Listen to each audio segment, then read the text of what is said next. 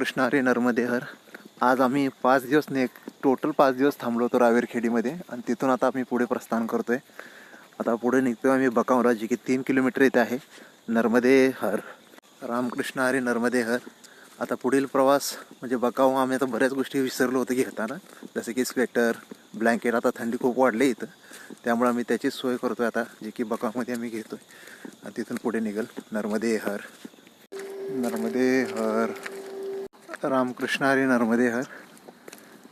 हे आहे ब्रिजमधलं, जे की रोड क्रॉस म्हणजे नदी क्रॉस करतात तिथून. आणि फिशिंग जास्त करून इकडं फिशिंग केली जाते नर्मदा महिन्याच्या तटावरती, जे की ट्यूब फिशिंग आणि पारख्या. नर्मदे हर. आणि याच्यामध्ये आणखी एक अशी गोष्ट आज बघायला भेटली की टापू आहेत बरेच नदीमध्ये.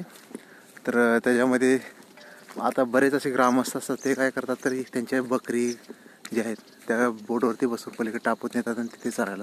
नर्मदे हर हा हेला बांधलेला आहे इथं नर्मदेच्या इथं. ही बहुतेक एखादी नदी आहे, त्या नदीचा इथं म्हणजे मैयाला इकडे आहे, मैया या दिशेला, आणि इकडून ही नदी येते. तर ही नदी इकडं मैयाला मिळते. तर असे बांबूचे नर्मदे हर रामकृष्ण हरी हे असे बांबूचं पूल बांधलेलं आहे मधून, जे की परिक्रमा पार करण्यासाठी, परिक्रमावासियांसाठी. थोडंसं रिस्की आहे, पण गव्हर्नमेंटनं थोडंसं इथं मजबूत काहीतरी करायला हवं आहे असं मलाही वाटतं. कारण थोडं रिस्की आहे, कारण महिला आहेत, वृद्ध माणसं असतात, बालक असतात परिक्रमेमध्ये, त्यांना सोयीस्कर होईल यासाठी. आणि बाकी दृश्य बघू शकता तुम्ही, एकदम मनमोहक दृश्य आहे. मैयाचं दर्शन सकाळीच झालं, सकाळीच आरती झाली. आता आम्ही निघतो. हे आहेत आमच्या नर्मदे हर. रामकृष्ण हरी नर्मदे. आता मी पण ह्याच ब्रिजवरून क्रॉस करणार आहे. बघूया मैयाच्या कोकणचं ते आता पुढे. सिस्टीम भारी, तरी टेक्नॉलॉजीची म्हणजे इंडियन टेक्नॉलॉजी म्हणू शकता या गोष्टीला. चालेल. नर्मदे हर रामकृष्ण हरी. अरे नर्मदे हर.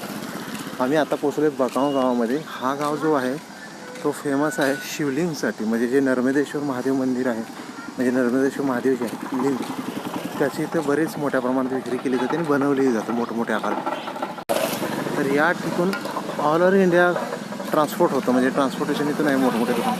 हे काही शिवलिंगची दुकानं बघू शकता तुम्ही, मोठमोठे शिवलिंग आहे तिथे. तर या इथून तुम्हाला म्हणजे ऑल ओव्हर इंडिया भेटतात. तर हे नर्मदेश्वर शिवलिंग आहे. जसं काल मी व्हिडिओ टाकला, त्या ठिकाणी ते बनवत होते. तर ते असे मोठमोठ्या व्यापाऱ्यांना विकले जातात हे. तर यांच्याकडून ऑल ओव्हर इंडिया ट्रान्सपोर्ट केलं जातं. या मोठे मोठे शिवलिंग नर्मदेश्वर मध्ये. नर्मदे हर. नर्मदे हर.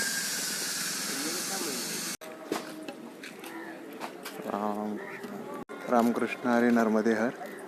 हे आहे संत श्री शिरोमणी सियाराम बाबा आश्रम. इथं आम्ही आता दुपारची भोजन प्रसादी घेतली. आता इथून पुढे निघालो आहे. आणि हे मैयाचं पात्र नर्मदे हर. हे बघा मैयाचं विशाल पात्र इथं.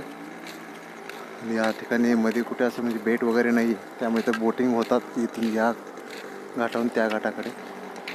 नर्मदे हर. रामकृष्ण हरी नर्मदे हर. आम्ही निघालो आता हे बघा भगवान सूर्यनारायण यांचं दर्शन. आणि इकडं कपासाची शेती खूप आहे. आणि तर पहिल्यांदा मी ऊस पाहिले इकडं, नाहीतर मोस्टली इकडं केळी, कापसाची शेती हेच खूप. रामकृष्ण हरी नर्मदे हर.